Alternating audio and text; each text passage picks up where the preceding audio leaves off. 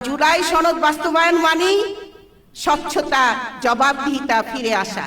জুলাই সনদ বাস্তবায়ন মানেই দুর্নীতি মুক্ত, ন্যায় ইনসাফ ভিত্তিক একটি সমাজ গঠন। তাই আমরা চাই জুলাই সনদ বাস্তবায়ন হোক, সেখানে বিচার বিভাগের স্বাধীনতা থাকবে দুর্নীতি কমিশনের স্বাধীনতা থাকবে, নির্বাচন কমিশনের স্বাধীনতা। তাহলে কি আমরা বলবো সরকার এই স্বাধীনতা চায় না বলেই আজকে জুলাই সনদ বাস্তবায়নে পদক্ষেপ নিচ্ছে না? বাতাসে যা ভেসে বেড়ায় তা কি সত্য?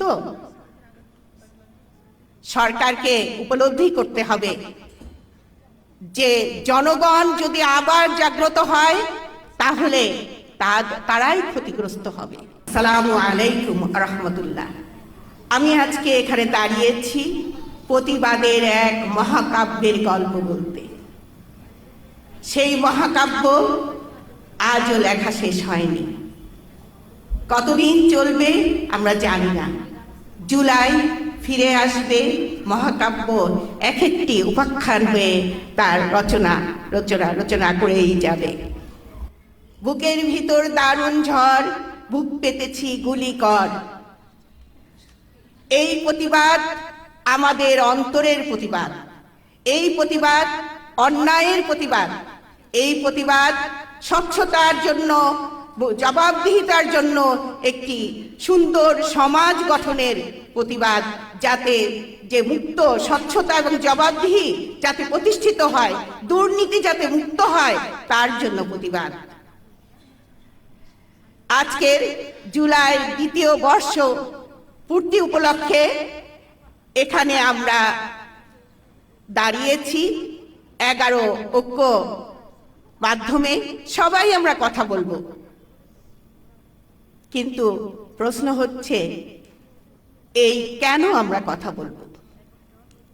জুলাইকে নিয়ে গল্প তো অনেক হচ্ছে, অনেক কথা হচ্ছে, জুলাই সনদ কি বাস্তবায়ন হচ্ছে?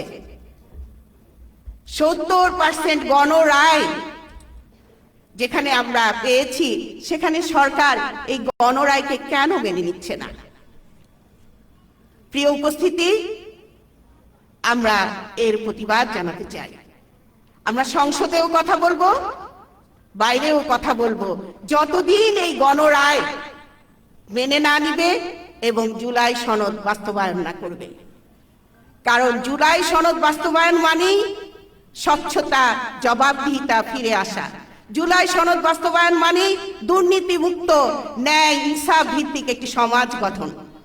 তাই আমরা চাই জুলাই সনদ বাস্তবায়ন হোক, সেখানে বিচার বিভাগের স্বাধীনতা থাকবে দুর্নীতি কমিশনের স্বাধীনতা থাকবে, নির্বাচন কমিশনের স্বাধীনতা। তাহলে কি আমরা বলবো সরকার এই স্বাধীনতা চায় না বলেই আজকে জুলাই সনদ বাস্তবায়নে পদক্ষেপ নিচ্ছে না? বাতাসে যা ভেসে বেড়ায় তা কি সত্য? সরকারকে উপলব্ধি করতে হবে যে জনগণ যদি আবার জাগ্রত হয় তাহলে তারাই ক্ষতিগ্রস্ত হবে। আমরা দেখেছি 2 মেয়াদে ফ্যাসিবাদ প্রায় 20 বছর ক্ষমতা গ্রহণ করেছিল।